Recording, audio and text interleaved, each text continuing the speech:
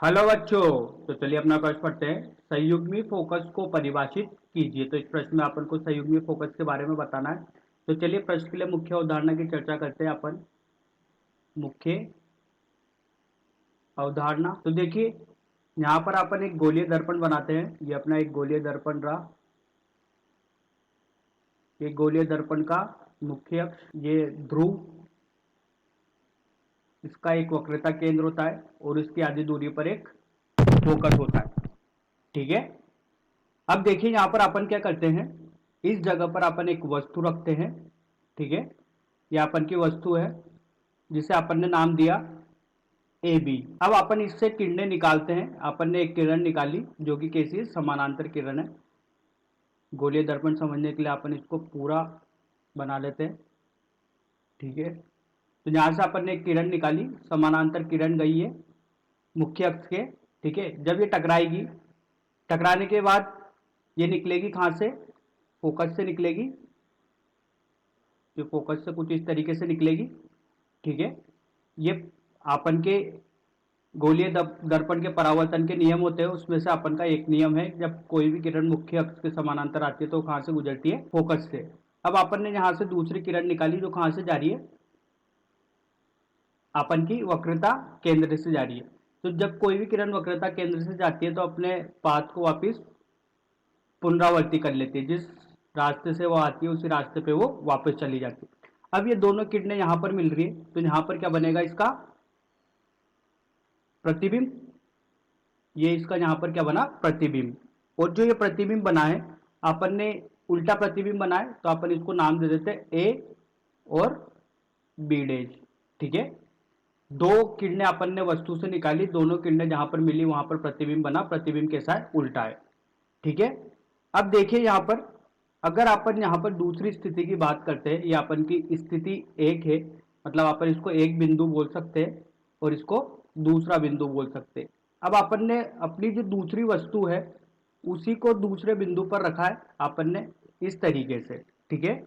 ये अपन की वस्तु दो है और अपन ने इसको नाम दिया ए डबल डैश और बी डबल डैश। ठीक है। अब देखिए, अपन ने जब इससे कोई किरण निकाली, दूसरी वस्तु से जब अपन ने कोई किरण निकाली, तो किरण यहां से निकल के मुख्य अक्ष के समानांतर जाएगी और टकराकर कहां पर जाएगी, फोकस, कुछ इस तरीके से। ठीक है। अब दूसरी किरण अपन ने यहां पर निकाली और उसको टकराया अपन ने फोकस से, कुछ इस तरीके से। तो टकराने के बाद ये मुख्य अक्ष के समानांतर हो जाएगी कुछ इस तरीके से। ठीक है। अब देखिए, ये किरणें मिल रही है कुछ इस तरीके से यहां पर। ठीक है। ये थोड़ा सा आगे हो गया है, हालांकि मिलेगी यहां पर ही, इस जगह पर ये मिल रही है। ठीक है। तो अपन इसको नाम दे देते हैं, ये भी वस्तु उल्टी है, ए ट्रिपल डैश और बी ट्रिपल डैश। तो देखिए, जब अपन ने यहां पर स्थिति एक में एक वस्तु को रखा तो उसका जो प्रतिबिंब बना वो कहां बना, स्थिति दो में, इस जगह पर। ठीक है। और जब स्थिति दो पर अपन ने कोई वस्तु रखी है तो उसका प्रतिबिंब कहां पर बना है अपन का, स्थिति एक में, इस जगह पर। ठीक है।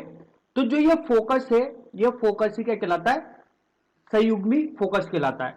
तो अपन ये बोल सकते हैं कि गोलीय दर्पण के मुख्य अक्ष पर स्थित ऐसे बिंदु जिसमें एक बिंदु पर वस्तु का प्रतिबिंब दूसरे बिंदु पर बनता है तथा दूसरे बिंदु पर स्थित वस्तु का प्रतिबिंब पहले बिंदु पर बन रहा है, तो वो यहां पर अपन का परिभाषित हो रहा है। तो इसी तरीके से अगर यहां पर अपन जो संयुग्मी फोकस होता है वो अपना कुछ इस तरीके से होता है कि एक बिंदु का प्रतिबिंब दूसरे बिंदु पर और दूसरे बिंदु का प्रतिबिंब पहले बिंदु पर। ठीक है। तो चलिए यहां पर अपन लिख लेते हैं संयुग्मी फोकस के बारे में। संयुग्मी फोकस को परिभाषित करना है तो अपने हल में संयुग्मी फोकस, तो देखिए, गोलीय दर्पण मुख्य अक्ष पर स्थित ऐसे दो बिंदु जिसमें एक बिंदु पर वस्तु का प्रतिबिंब दूसरे बिंदु पर बनता है, दूसरे बिंदु पर बनता है तथा दूसरे बिंदु पर स्थित वस्तु का प्रतिबिंब पहले बिंदु पर बनता है, संयुग्मी फोकस कहलाता है। तो यही अपन का संयुग्मी फोकस होता है। ठीक है। इसी को अपन इस तरीके से परिभाषित कर सकते हैं। तो आशा करता हूँ आपको ये समझ में आया होगा। धन्यवाद।